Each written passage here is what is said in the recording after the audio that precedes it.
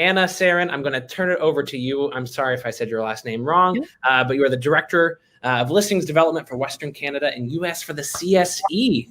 Wonderful partner to Benzinga. We're super happy to have you, and I'll let you take it away. Thank you, Elliot. First of all, I wanted to thank Benzinga. The content that you guys produce is amazing. I can't wait for in-person events to happen again so we can see you all in a room. So thank you for putting this on. As Elliot mentioned, my name is Anna Sarin. I'm Director of Listings Development with the Canadian Securities Exchange. And I am joined today by three amazing companies, and they all have very different stories in going public and raising capital. So it's amazing content that you're going to get. I know it's the end of the day on Friday, but hopefully you stick around because they all have great stories in the cannabis space and raising capital. I'm going to start off by introducing them all, and then I'm going to let them introduce themselves before we dive into it. We're going to talk today a little bit about the resurgence of cannabis in the capital markets. A big part of that is obviously raising capital. We saw as the pandemic neared and shutdown occurred last year, we saw the cannabis sector softening a little bit, and it has been unbelievable to watch since then. And these three companies have all been raising capital within that period of time and have gone to market and had great success. So we're going to hear their stories. So thank you very much for joining me. Fabian Monaco, CEO of Gage Cannabis, that's listed with the CSE. Louise Melchon is president with CEO of, I hear some feedback. Sorry. Louise Melchon is president, CEO of Flora Growth, and Kyle Kazan, CEO of Glass House Group. So thank you all so much for joining me. I am going to start by introducing you individually and let you tell us about yourselves and the company that you're with. Fabian, I'm going to start with you. Tell us about Gage Cannabis. Thanks a lot, Anna. My name is Fabian. I'm the CEO and Director of Gage Cannabis. We are a vertically integrated operator in the larger vertically integrated operators in the state of Michigan. We're publicly traded in the CSE under the symbol GE. GGF. From one of the biggest cultivators at the end of this year, we right now have 8 different cultivation facilities using Gage and Cookies branded products in Michigan. We have 9 dispensaries, moving to our internal goals to move to 20 operating dispensaries by the end of the year. And we have 2 processing assets that are currently in operation, soon to 3. Their processing asset will be the introduction of our processing lab and our introduction into the track-based product side of the game. I'll stop there and let everybody else.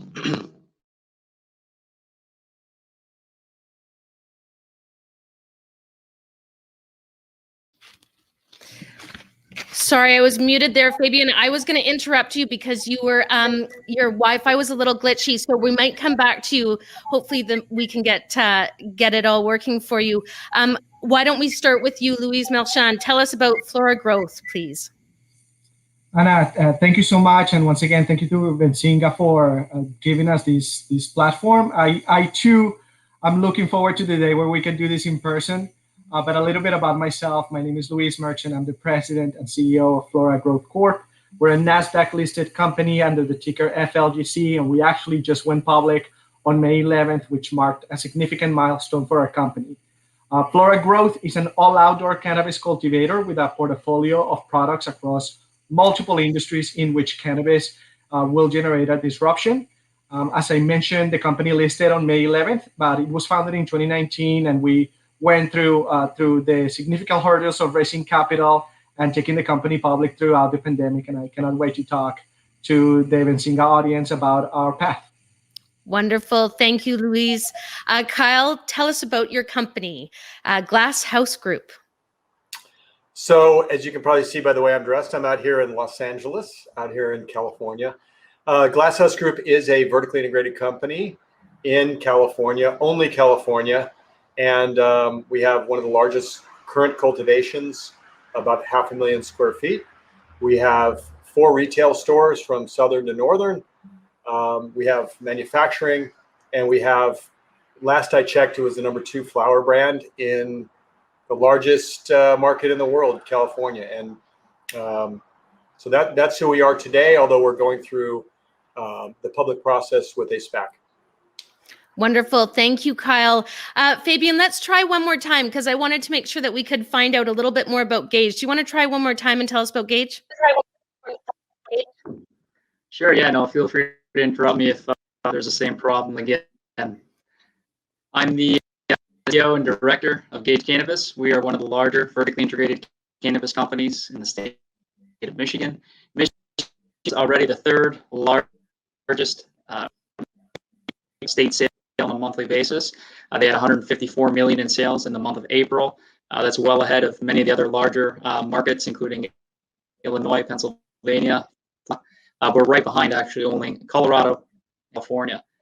I have 8 cultivation assets that are currently in operation, growing Gage and Cookies branded product.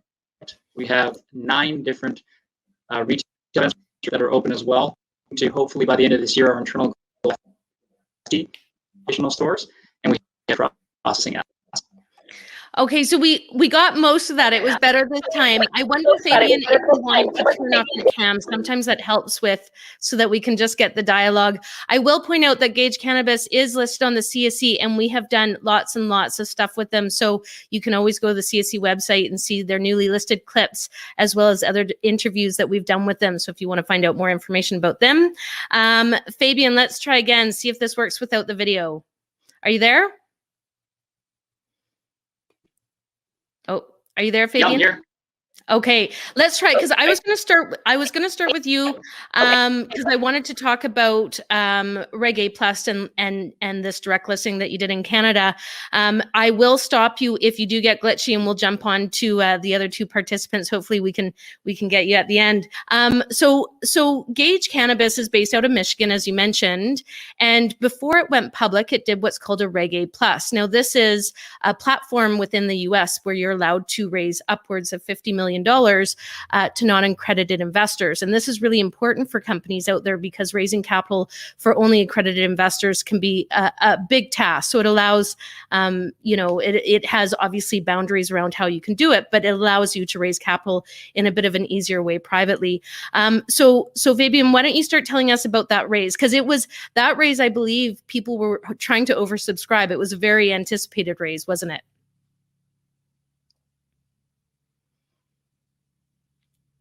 Yes.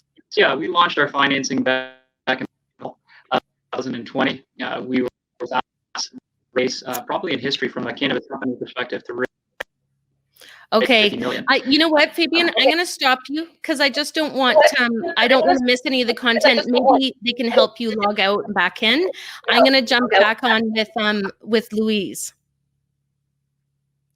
Hopefully we can get Fabian sorted. Who are we going to next? Oh, okay. Let's actually move to Louise because we're going to talk about his move. He did a capital raise, a pre-IPO capital raise privately, and then he did an IPO on the NASDAQ. There's not as many IPOs done on the NASDAQ or directly in U.S. Stock exchanges in the cannabis sector. The reason being is that because it's still federally illegal within the U.S., it's not as easy. You can't be a U.S. company that touches the plant and be on a stock exchange. Now, Louise, you're based in Colombia, where it's legal, so you had the opportunity to list with the NASDAQ. So why don't you start by telling us about your pre-IPO raise? Because you raised, I believe, 30 million. Is that right? That's correct, Anna. And I'll clarify a couple of comments that you made. Our company was actually founded in Toronto. 95% of our operations are in Colombia, including our cultivation farm, as well as our laboratories and our brand development product team. But you're absolutely right. In 2020, we actually launched a Reggae offering to raise capital. And just in similar to Gage Industries, as you were highlighting, we completed a $30 million raise. With a Reggae offering, you can raise up to $50 million. We requested a $30 million cap from the SEC, and we were oversubscribed. By October of 2020, we were oversubscribed, and we closed the pre-IPO equity raise around November, December. What we were left with was a diverse base of investors, about 10,600 investors, 85% of which were located in the United States. And that signaled to us that we had enough interest, not only from the investor community, but also from American investors. And that's the reason why we decided to go the NASDAQ listing. Wonderful. And so first of all, I think the one thing that's important to note about the Reg A Plus is it gives you the opportunity to build out your distribution, which is very helpful if you want to do the IPO route and you have that distribution. Tell us a little bit about the go public process in the US. Was this easy for you to do? Was it easy to raise the capital, and the process itself?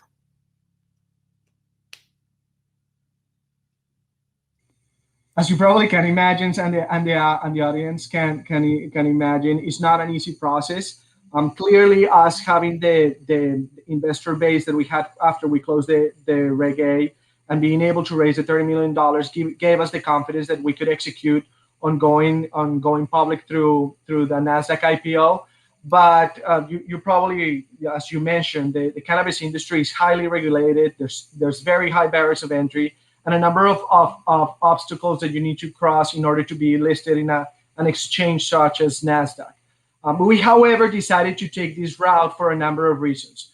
We believe that it will allow us to show our investor community that we were going to be stewards for the capital. It will legitimize our company and show that we're doing everything according to the toughest and strictest regulations and according to capital markets that are out there, and will allow us to also have access to additional capital that will allow us to expand our infrastructure and our reach worldwide.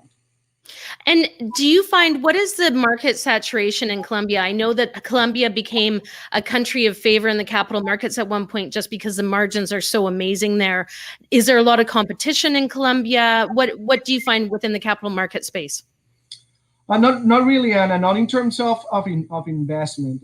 Early on, there's about, if I summarize for you the state of the cannabis industry in Colombia, there's a lot of favorability from the government. Clearly, the government believes that cannabis will be a significant contributor to economic growth for the country over the next decade, which means there's a lot of support to grow the industry, which is favorable for investors. However, there's been about 700 licenses that have been given to growers in Colombia, and of those 700 licenses, about 60 are in operation today. Less than half probably are following solid operational standards that will allow them to export, and all but a handful are currently listed on exchange and have a strategic plan that will allow them to execute on a strategy of export and global expansion. Super interesting. And I mean, I guess the other thing too is that having that shareholder base in the US of 10,000 shareholders, I know that in the US there's a severe appetite to invest in cannabis, and it's not quite as straightforward, right? You're absolutely right. I mean, clearly it signals that the investor base that we have signals that there's a tremendous appetite to invest in the cannabis industry. And us going public into NASDAQ presents us as a very attractive opportunity to the investor community. But to highlight some of the comments that you made early on in terms of retail and institutional investments, there's also an appetite from institutional investors that is growing rapidly as regulations continue to ease and access to capital markets continues to become a more accessible goal for cannabis industries. Very interesting. Okay, we're going to move on to Kyle for a moment. Kyle has a whole other path that he took, although he did raise capital privately as well, but he is going down a different route in the go public process. Kyle, first of all, why don't you tell us a little bit about your experience raising capital privately? You said earlier in our pre-chat that you had to get pretty creative, which I think a lot of people have had to do, even including debt as well as equity raises. So why don't you talk to us a little bit about your capital raising in the private sphere, and then we'll talk about how you're going to go public. Sure. So coming into cannabis, if you look me up, you'll see I have a pretty interesting background. And one of the things I used to do when I was a police officer after college here in Southern California is during the nighttime, I would drive my police car and go after gang members and things like that, try and do gang suppression. During the daytime, I would find troubled apartment buildings and where I could use my drug and gang expertise to clean them up. And then I'd go out and raise capital to do that and put in, do private equity. And typically I'm a contrarian, so I like to do it during the financial crisis, during the RTC. So I'm used to difficult, challenging times to raise capital, and then to boot, put it in a difficult area of LA when it's gang infested. So anybody that flies out here from anywhere in the world to see what I'm looking to invest in, it really grabs your attention. So I started doing that in 1996. I didn't start raising capital for cannabis until 2015, 2016. By then, I had quite a large investor base, and so far I've never had a situation go south. So I have a good reputation with my investors. This is the biggest capital dislocation I'd ever seen. Debt was at the time. I mean, even today, debt is very expensive vis-a-vis everything else out there, every other industry. And so when it came time to bring to private investors, which are high net worth individuals, a lot of it was just betting on the jockey that they'd had good experience with me. A lot of people felt strongly that cannabis was going to be legalized, and that as long as we invested smartly and could weather the storms, that this would likely have a good outcome. So as it turned out, we end up just starting to buy assets. We typically buy the real estate because rents are crazy high. And as I mentioned, you don't want to put debt on because it's really incredible. So what I would do is when we would have open funds before we rolled them all into Glasshouse Group, is that I would sometimes create a debt instrument where I when you're in real estate, you're always doing a balanced juggle between debt and equity. And so I would just create my own instruments and I would sell them to different investors and make sure that they, it wasn't a future noose around my neck. So I have, luckily I've had many, many years of experience. Luckily, I have a lot of happy investors that they also referred people because let's face it, unlike say apartment buildings worldwide where there's tons of people doing private equity deals and there's tons of, you can go to Sam Zell, there's lots of REITs you can invest in. Cannabis, when we started in 2015, 2016, not a whole lot of real places until some of the folks started accessing the public markets in Canada. So, and I would envision that after we're through this public process and we're a publicly traded company in a few weeks, that we will still do some private equity raises, some private debt raises, things like that, because like it or not, it's just one of my sweet spots, and I think people want to play in the space, whether they're investing, in the pubco, or whether they want something more dialed in, in a project or real estate or something like that. So, by and large, most of the companies out there are using private equity. Most do not have the public currency, and it's not an easy process. You have to be pretty sizable to do it. So, and I can attest, not an easy process to take a plane that's flying, and then while you're doing that, to do a bunch of audits, and the SPAC situation is, it's not easy. Yeah, absolutely. So you've done some raises privately and built out the Glasshouse Group. And what you're about to do is you're going to enter into a transaction with a SPAC. So just for those of you out there who don't know, if you've been living under a rock for the past year, what a SPAC is, that is a special purpose acquisition corporation. These are coined as blank check companies. And essentially what they're done is it's a prospectus, it's a public company that goes to market with the purpose of raising capital to go out and acquire assets. They have become very much in favor within the market. I think the last quote I heard in 2020 was that SPACs had raised over $20 billion within the year. And I'm sure that number keeps rising. So they've been an opportunity for people to build out these companies and then go and acquire private companies that are already out there within operations. And so this is a transaction that you are currently working on, right, Kyle? So yes, we are, and it's public out there. The prospectus is out there. We're way far along. We're in the middle of the transaction as we speak right now. And again, there's lots of information about that. The SPAC is sort of a loaded, it depends, you're watching CNBC or MSNBC, or Fox Biz or whatever.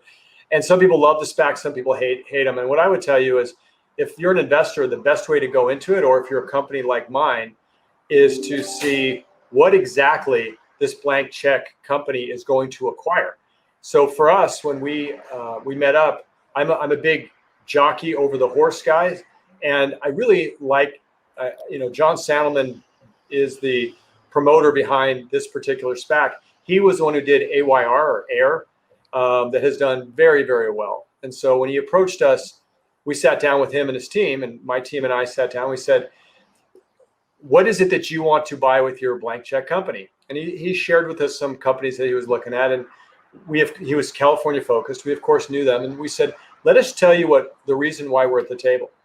And so we have over a 5 million square feet greenhouse project that's already built out. We could buy it well below replacement cost. It's basically the second largest greenhouse facility in the United States, and it's everything you want for cannabis. Light, temperature, everything is right here, and it's green, and so it fits California, everything.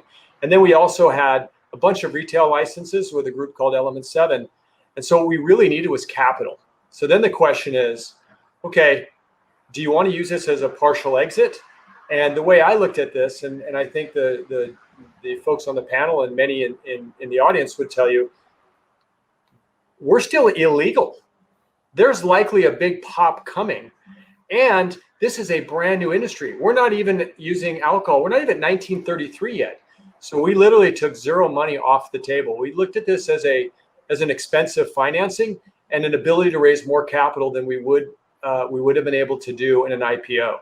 So if you look at how SPACs were originally set up, what they're set up for, it's pretty much this. It's to finance, it's acquire, and then what we're going to do is we're going to take over the Pubco SPAC. So I'll be the chairman CEO of the new company and we will acquire a lot of retail licenses, and we'll acquire this massive facility. So and everything about it fits to everything that we've done so far. So all of our investors are in here now for the long haul, meaning, we're in this believing that we will be able to drive value as we turn on these assets and drive top line revenue and EBITDA. So we're really excited. It's going to take us a little bit of time, as you can imagine. California is maybe the toughest state to play in because it's the most capitalistic, and we also have the longest legacy of the illicit market. But overall, I'm really excited by this. I hear people knocking SPACs, and I would say just look at them individually, just like you would a person or another company. And so, and the main thing is once this transaction is over, we're just a public company. The whole SPAC moniker, unless you remember that that's where we were originated from, it's almost like, were you born via C-section or natural? Nobody knows. And well, that's the first time I've been compared to something like that. So that will stick with me forever, Kyle. And I think you bring up a really good point, right? And here's the thing is that this is a route to raising capital. So what the company has done is it's gone public with the capital infused into it. Investors are believing in the management team to be able to execute the fact. And I believe they have 2 years to go and execute the fact that they have to acquire assets. And once the acquisition has occurred, you're a public company like any other. If I remember correctly, Kyle, this will be listed on the NEO exchange in Canada. Is that correct? Yes. It will be on the NEO and also the OTC in the US. And on the OTC. And that's the other thing is we're seeing a lot of companies that are coming to Canada to list on our exchanges if they're US focused, and then they go and they get their OTC ticker, which allows US participants to invest in them. Thank you so much, Kyle. We'll bring you back and talk about it a little bit more. I'm going to try again with Fabian. Hopefully we got Fabian all sorted. Fabian, let's talk about your route to going public. You raised capital with a Reg A+, and then a very, very anticipated Reg A+ that was oversubscribed, and then you listed with the CSE. So tell us about your path.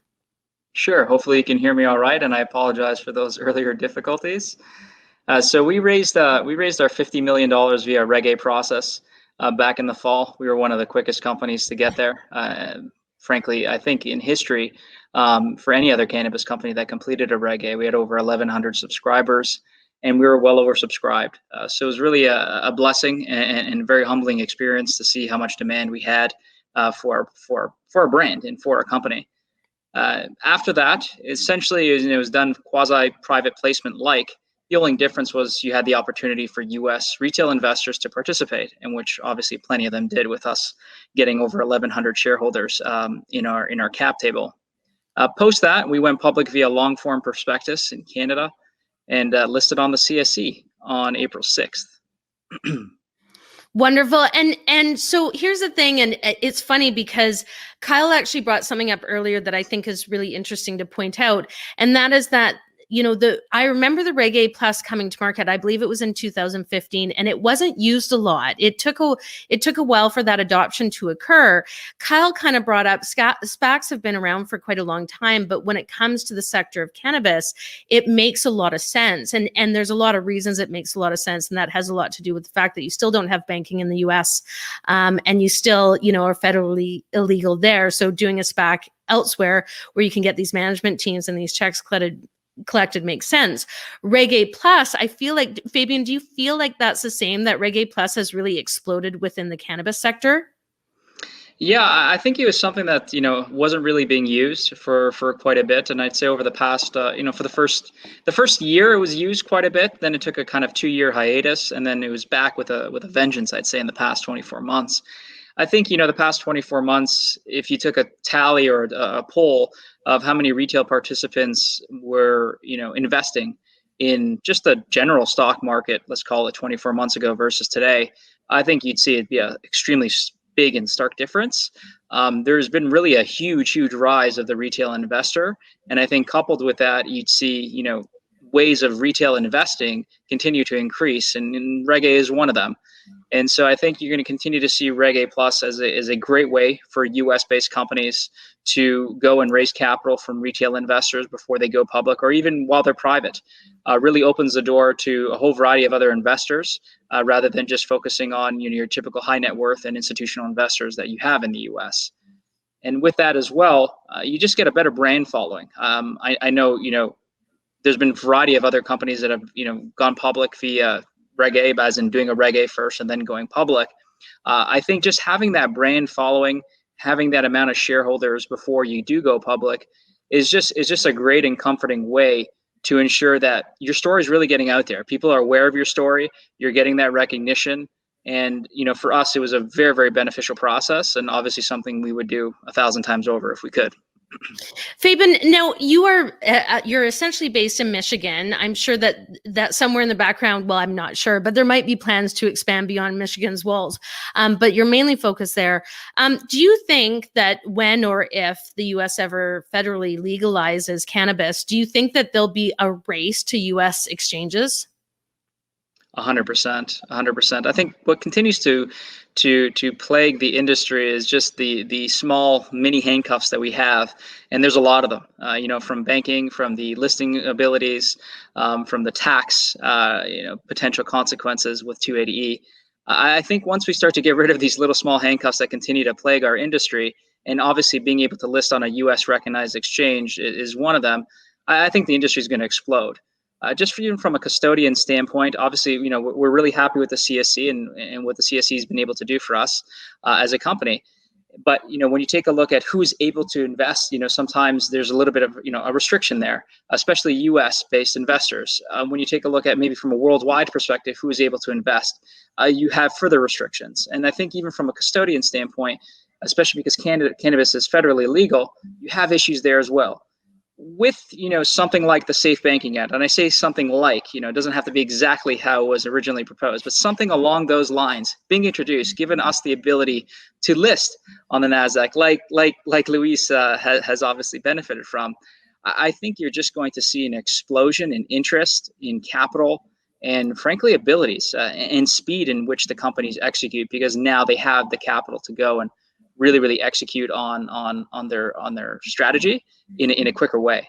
But more importantly, just the recognition you get from listing on a U.S. exchange is really second to none.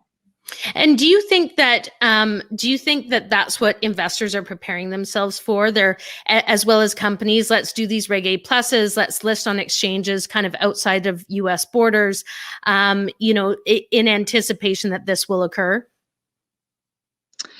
Yeah, I mean, I think at the end of the day, we still have a lot of work to do.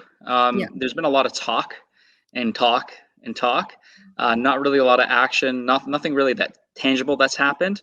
I think at the end of the day, if we can continue to see progress, yes, it's positive, but we really want to see actually something tangible finally come, and we're kind of still waiting.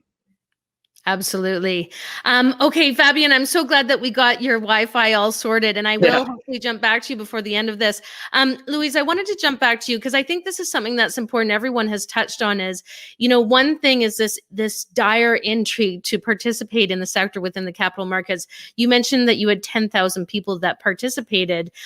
The one benefit for these companies that really is important is liquidity. If you have a lot of shareholders who have invested, it helps build liquidity within your stock. Has that helped you as you guys have been listed on the NASDAQ? Of course, for a number of reasons, but I have to comment on Fabian's Wi-Fi as well. So good, night and day, Fabian. I was using 56K before. Now I'm on some real internet, so I'm good. But for all the reasons you mentioned, and all the reasons that Fabian mentioned, I think he was being a great spokesperson for my company and the path that we took. Clearly, the wide, diverse investor base that we have, paired with our listing in NASDAQ, is presenting us with a tremendous opportunity because now we have multiple ways to raise capital. And that allows us the flexibility, and it also allows the confidence for the investor community to invest in a cannabis company such as ours.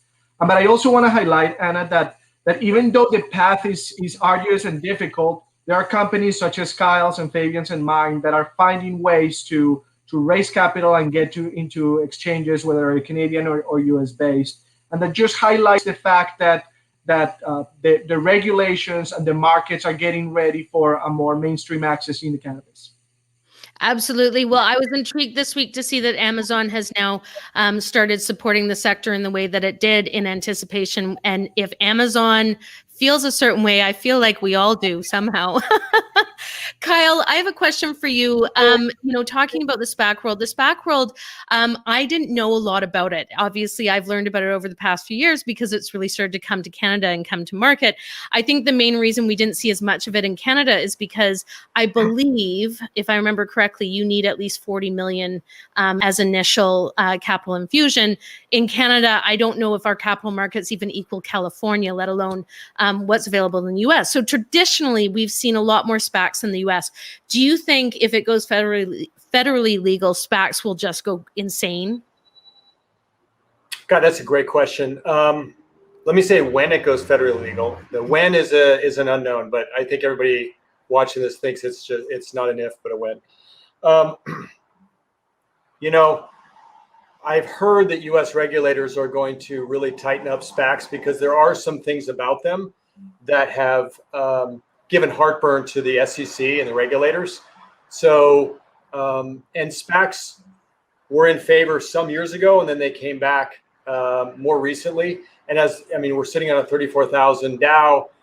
We're seeing a little bit of craziness out there. And so a lot of things do well here when maybe they shouldn't, like AMC is going crazy and GameStop's going crazy. And, I'm not a Bitcoin guy, but that's going crazy and then crashing. So we're in some interesting times.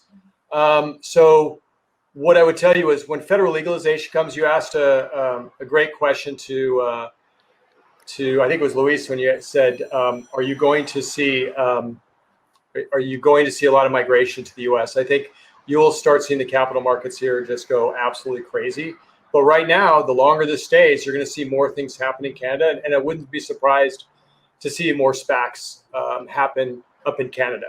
It's a good way to come into a very tough environment, which is cannabis, and acquire companies. It's a good way. Used correctly, I'm a big fan of SPACs. Used incorrectly, not so much. Well, and that was my question is, obviously we're seeing lots come to Canada, but SPACs have this 2-year window that they can live without this acquisition and have a history of people building it. I've met some groups who that's all they do is build SPACs. Do you think the SPAC sector in the US will explode? Yeah. Yeah, I mean, it seems like that's the trajectory. Okay, I only have 5 minutes left. I wish I had more time with you guys because there's lots more that we can dive into. I do want to say, as part of the Canadian Securities Exchange, it's been such an honor for us as exchanges in Canada to be able to host amazing companies such as yourselves. Louise, obviously not you, but it's been such an amazing opportunity for us in Canada to be able to participate in this. One that is unique for most of us to see generationally. And I think that we'll continue to reap the benefits of it going forward. We've made a home for a lot of investors and a lot of companies. So I'm excited for us here that we got to be a part of this and excited to see what happens. My last question of the afternoon is, what do you see happening next, for your company and for the sector itself within the capital markets? Louise, why don't we start with you? Thank you, Anna. And once again, it was a pleasure to be here, and it's a pleasure to meet Kyle and Fabian. They're doing an incredible job with both of their companies. As a NASDAQ-listed company, and I have to remind our viewers, we are under the ticker FLGC. We have hit a significant milestone by publicly listing on May 11th. Now we are undergoing a period of a strategic expansion. We're going to expand our distribution into North America, the European markets, as well as APAC. We have a robust portfolio of products that is going to allow us to expand across multiple industries, not only dry flower and crude oils. We're also working on industrial uses for cannabis, such as hemp textile clothing. So it's very exciting to see there's many ways in which this sector is going to drive influence across multiple industries. And I think over the short and long term, we're going to see the capital interest, institutional investment is going to uptake as companies start delivering some stronger fundamentals and regulations ease. And as Kyle mentioned, it's not a matter of if, it's a matter of when federalization happens. And I believe that when that happens in the US, the rest of the world will follow, and the companies that are poised to take advantage of the global distribution are the ones that are going to be market leaders. Wonderful. Thank you so much, Louise. Fabian, what about you? What's going to happen both with Gage and both your view of what's going to happen continue to happen in the cannabis sector? Look, I think we're going to have still a lot of interest and strength in the cannabis industry. Not as much as we obviously want, but there's a lot of people looking at the industry, doing their homework, even if they're not able to invest. It seems like every day or every week. I have a meeting with someone that's looking at the industry, potentially looking to invest, potentially will invest in the next little while. So just a wide swath and large swath of potential investors that are going to come to this industry over the next 6, 12, 18, 24 months, 36 months is going to be staggering. It's one of the best opportunities from a capital market standpoint that I could possibly think of in the past 100 years. So for us, those that are already publicly listed, it's a massive milestone.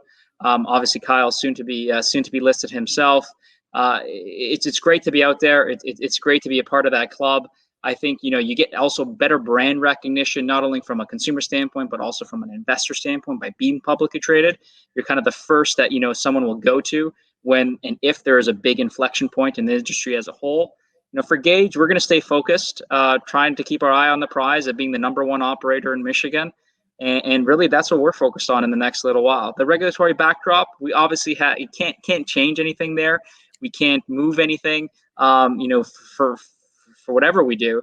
So for us, we just stay focused on our company, and I'm sure everyone, on the conference here today, as long as we, continue to stay focused, with what we want to do and what our strategy is and what our goals are, I think at the end of the day, the regulatory piece will take care of itself. Well said. Thank you so much, Fabian. Kyle, let's end off with you. What are you excited about? I mean, obviously you have a lot going on with Glass House, so there's lots going on for you in the next year, but what are you excited about for the company? I know there's other companies joining you, but also just the sector itself. Yeah. So number one, what excites me at this very moment was being with you and Luis and Fabian, both good companies. I learned stuff today and also in the prep meeting. And so I'm really honored to be with them. What gets me inspired out here is most folks, if you talk to the investment bankers in New York and in Canada, they think half of the brands are going to come from California. We're sort of in that, I always keep a bottle of Napa wine. Appellation, I think, matters to a lot of people. And we have a long tradition here in California of cannabis, and we have hugely discerning customers that know good from bad pot. And so I'm really excited. I think we've gotten one of the choke points out of the way, which would be a very low cost supply chain at high quality, and also the retail part of it. It's the shelves. We have over 1,500 brands in the state right now, and that's going to continue to go. And those are going to be the choke points. The middle are building brands. We've got some good ones now. Really excited about those opportunities. And I'm a lifelong Californian, so I'm where I like to be. And I'm just super excited about the space. I don't really worry about things like when legalization happens. I try not to lose sleep about things that I can't control. I'm just very, very bullish, and this is a fun ride that we're all on right now. We're playing in the illegal market. It's very fun. Wonderful. Thank you so much, Kyle. The one thing I have to say about the three of you, you've obviously been in the sector for a long time. When this sector first came to market for us at the CSC, at the types of deals and the types of management teams that we saw, it has just exploded, the type of professionals that you get to see. And you guys are really the ones out there, the leaders of the pack that are taking companies public, that you're raising capital. And the thing that's most important for people to remember is you're not shying away from disclosure and financial reporting and putting everything out there and running a really good business. So thank you so much to companies such as yourselves. It's so incredible to watch this sector. One of my favorite stories is a capital raise that was done for Guinness Breweries in the 1800s in London. They went to open their private placement, and people were throwing rocks through windows, and police were clamoring to keep crowds of people back. And I think they went to raise like 19 million pounds and raise like 150 million pounds by the end of the day in the 1800s. And to me, that story reminds me of the cannabis space. There's an incredible amount of capital that is still sitting on the sidelines, ready to act. So this sector is here to stay. Well said, Anna. Well said. Kyle, Luis, Fabian, thank you all very much. In the words of Gordon Ramsay, wow. That was awesome. I really appreciate that panel and the different strategies and paths you're taking. We'll talk to you all very soon. Anna, thank you so much for leading a wonderful discussion. Thank you. Thank you, Anna. Thanks, everybody. Bye, everyone. Take care.